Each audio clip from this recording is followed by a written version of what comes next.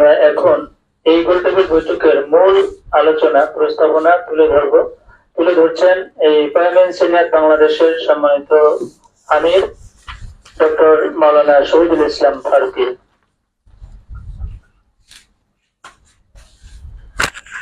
বিসমিল্লাহির রহমানির রহিম। নাহমাদুহু ওয়া নুসাল্লি আলা রাসূলিল কারীম।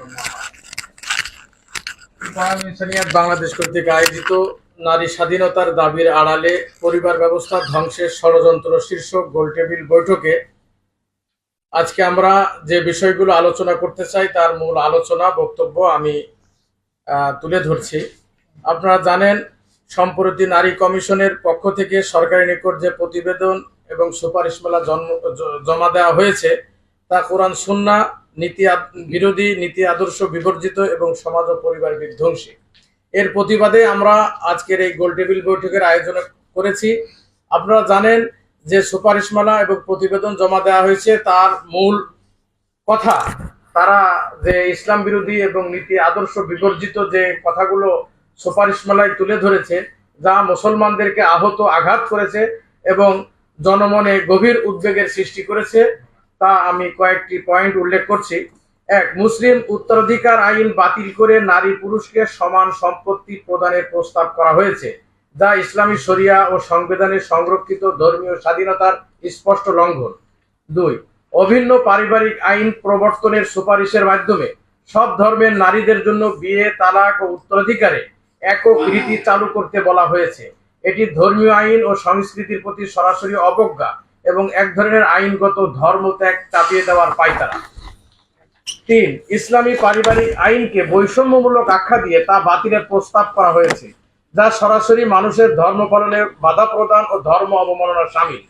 চার, বিবাহ ও পারিবারিক ব্যবস্থায় জাতিসংঘ প্রণীত সিডো বাস্তবায়নের প্রস্তাব করা হয়েছে, যা মূলত ইসলামী বিধানকে অগ্রাহ্য করে পশ্চিমা প্রকৃতি বিরোধী নারীবাদী নীতি চাপিয়ে দেওয়ার সুগভীর ষড়যন্ত্র।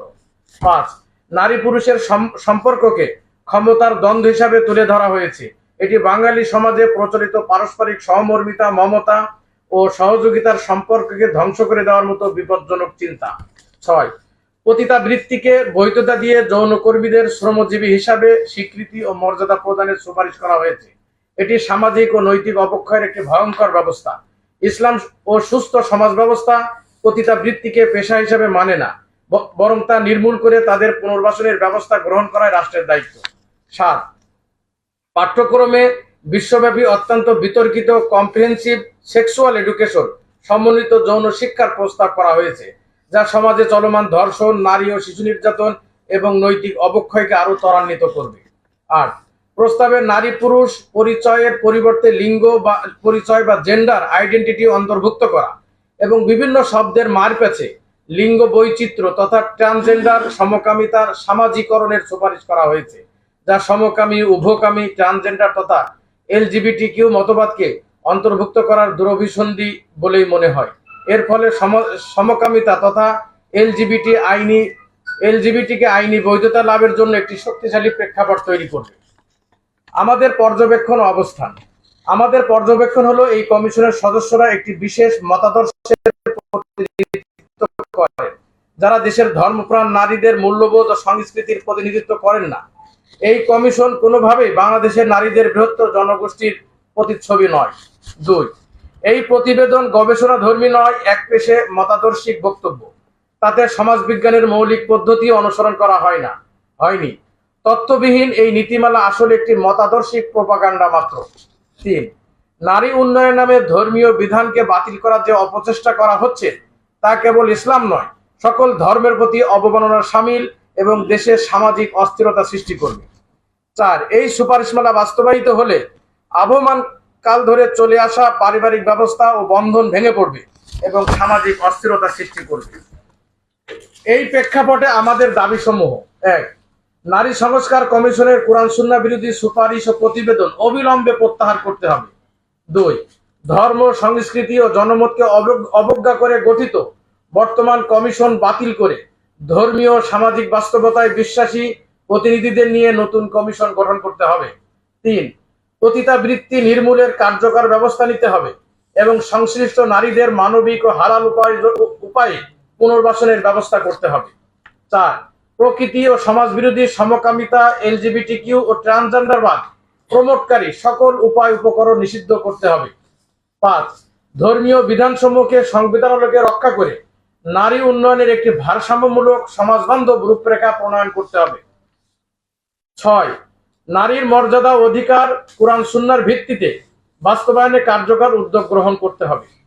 আজকের গোল টেবিলে বক্তাদের আমাদের বক্তব্য হলো, নারী সংস্কার কমিশনের পক্ষ থেকে সরকারি নিকট যে প্রতিবেদন ও সুপারিশমালা জমা দেওয়া হয়েছে তা দেশের সংখ্যাগরিষ্ঠ ধর্মপ্রাণ মুসলমানদের ধর্মীয় বিশ্বাস, পারিবারিক মূল্যবোধ এবং ঐতিহ্যের উপর সরাসরি আঘাত। এটি নারী উন্নয়ন নামে একটি মতাদর্শিক ও পশ্চিমাদের অনুকরণ ভিত্তিক আগ্রাসন ছাড়া কিছুই নয়। অতএব এই সুপারিশমালা প্রত্যাহার করে এই কমিশনকে বাতিল করে ধর্মীয় মূল্যবোধের আলোকে আলেম সমাজের সাথে এবং ইসলামী দলগুলোর সাথে পরামর্শ করে, সর্বশ্রেণীর বিশেষজ্ঞ স্কলারদের সাথে পরামর্শ করে এই সমাজ, এই রাষ্ট্রের আলোকে একটি নতুন কমিশন গঠন করে নারী পুরুষের ন্যায্যতা এবং ইনসাফ নিশ্চিত করতে হবে। আজকে গোল টেবিল থেকে আমাদের এই বক্তব্য আমরা সরকারের কাছে পেশ করলাম। আসসালামু আলাইকুম ওয়া রাহমাতুল্লাহ।